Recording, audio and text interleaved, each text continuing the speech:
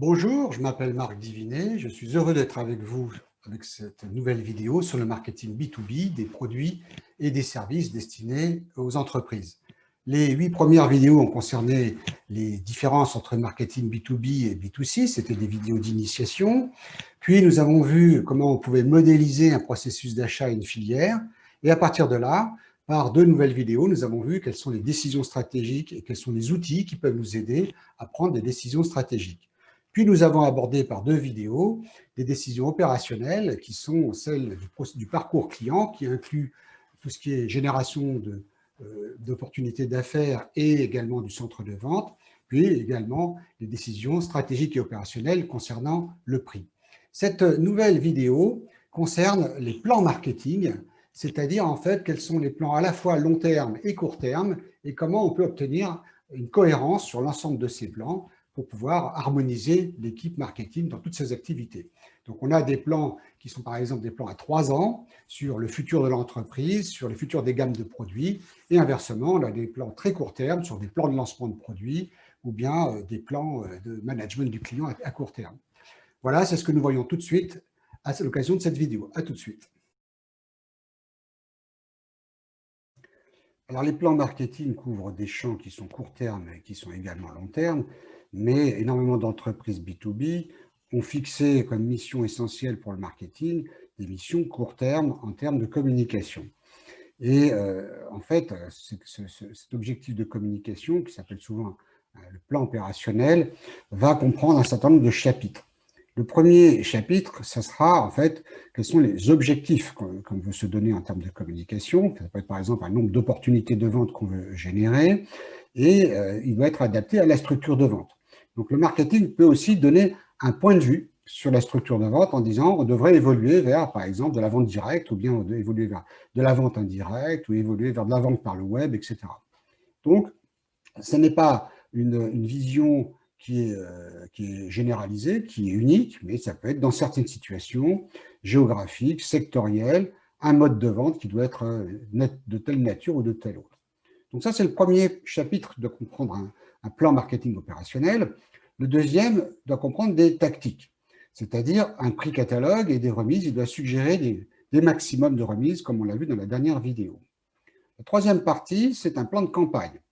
Il doit donc indiquer, pour cette année, voilà le nombre d'acquisitions qu'on veut faire de clients, voilà le remplacement de produits qu'on veut faire, voilà des ventes croisées additionnelles qu'on veut faire chez des clients existants, voilà les outils de vente que l'on veut créer. Donc, voilà, troisième chapitre qui doit couvrir, par rapport aux variations de la base installée, les outils qu'on veut se créer et les campagnes, une par une, qu'on veut se créer avec un planning.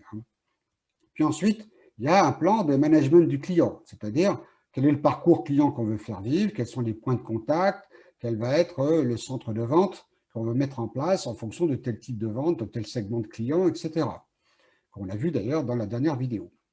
Puis, il y a un choix de médias qu'on a vu également, avec des médias qui sont des médias en ligne, des médias qui sont offline, des médias qui sont inbound, des autres qui sont outbound. Donc, il y a un choix de médias avec des budgets qui vont être associés en fonction des dépenses que l'on veut faire, qui ne sont pas les mêmes si c'est des owned, des médias que l'on possède, comme le site web, des médias que l'on paye, comme des dépenses d'achat de mots-clés, ou bien où on repose sur le bouche à oreille, où c'est simplement des articles de presse que l'on veut faire.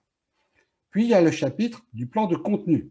Et donc, voilà un endroit qui se développe énormément.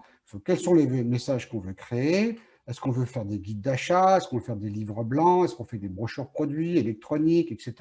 Donc, il y a tout un plan de création de contenu qui va être confié aux vendeurs, mais qui va être également diffusé dans les médias.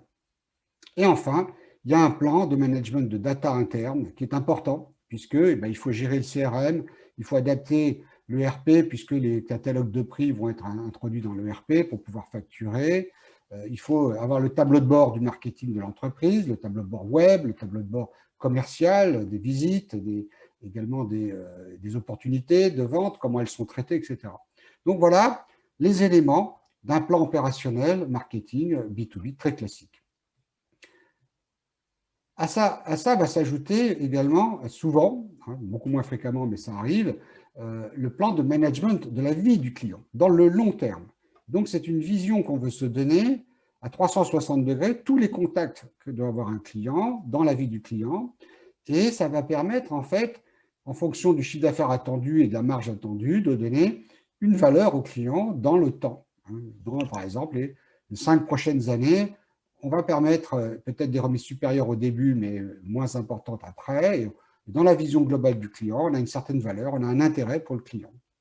Mais dans la vie du client, il y a des moments qui sont des moments d'opportunité, qui ne sont pas générés par mes plans de campagne, et qui peuvent être générés par la fusion de ce client avec un autre client, hein, ou bien générés parce qu'il a des projets. Hein. C'est un constructeur automobile et il a des projets de nouvelles automobiles, et moi je vais à ce moment-là l'accompagner pour des projets. Donc on identifie, suivant le secteur et suivant les clients, quels sont des potentiels hein, d'événements qui se passent chez le client, et on va chercher à les suivre en étudiant ce qu'il dit sur ses sites web, ce que disent ses acheteurs ou les interlocuteurs qui sont les miens, ses chefs de projet, par exemple, sur LinkedIn, etc. Et on étudie également les moments de risque, parce que de la même façon, si par exemple le client fusionne avec un autre client, eh bien peut-être que je vais perdre l'affaire et qu'il va avoir un contrat unique avec le fournisseur de l'autre client. Et donc, à chaque fois, quand on a identifié les moments principaux de risque et d'opportunité, on va essayer de les suivre, et c'est plus compliqué, bien entendu. Ça va être fait pour des clients plus importants, et on va avoir des processus, en fait, de réaction par rapport à ces événements qui sont repérés. Donc, on voit maintenant, il y a les plans opérationnels qui sont sur 1 an, il y a un plan de management du client sur une longue période, et il va y avoir ensuite des plans qui vont s'enchaîner, qui vont être des plans de stratégie à long terme jusqu'au plan opérationnel. Et donc là, on va voir les enchaînements de ces différents plans.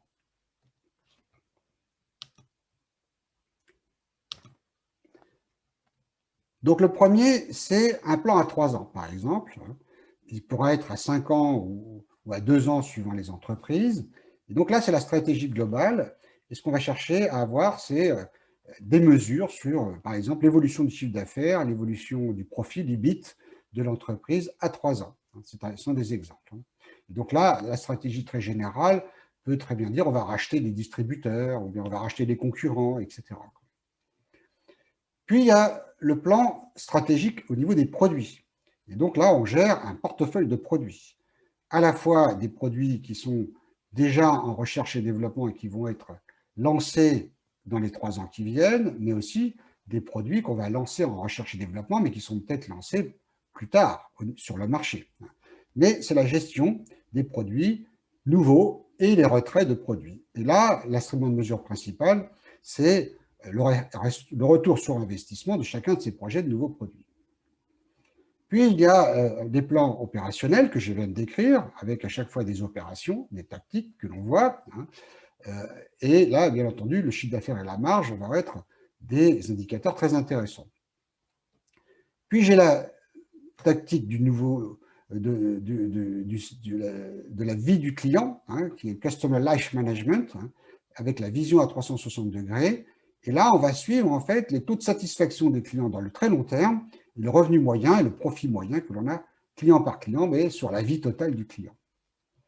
Puis on a les plans de campagne, les ROI des campagnes qui s'insèrent dans ce plan opérationnel. Mais là, en fait, on voit que ces plans de campagne, je vais peut-être en faire un plan tous les 3 mois, c'est beaucoup plus fréquent que mon plan annuel que j'avais fait dans mon plan opérationnel. Et ces campagnes vont changer à chaque fois. Ça peut être, je vais étudier exactement les cibles que je vais utiliser, les messages que je vais passer, les médias que je vais choisir, et je vais avoir des plans de campagne beaucoup plus précis qui vont être modifiés, qui vont être très tactiques au fur et à mesure.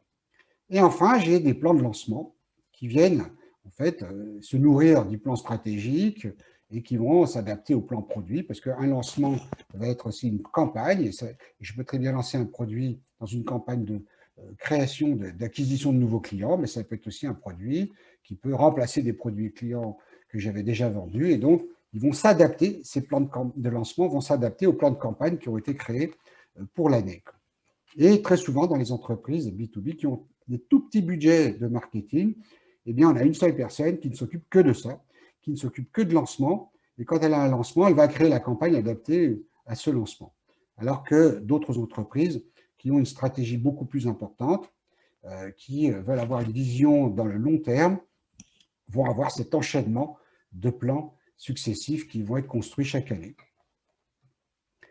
Il faut aussi avoir en tête que le marketing doit travailler dans une charte éthique. Il doit avoir à chercher un équilibre, toujours, un équilibre entre le constructeur, le distributeur et le client, chacun voulant préserver son profit et son chiffre d'affaires.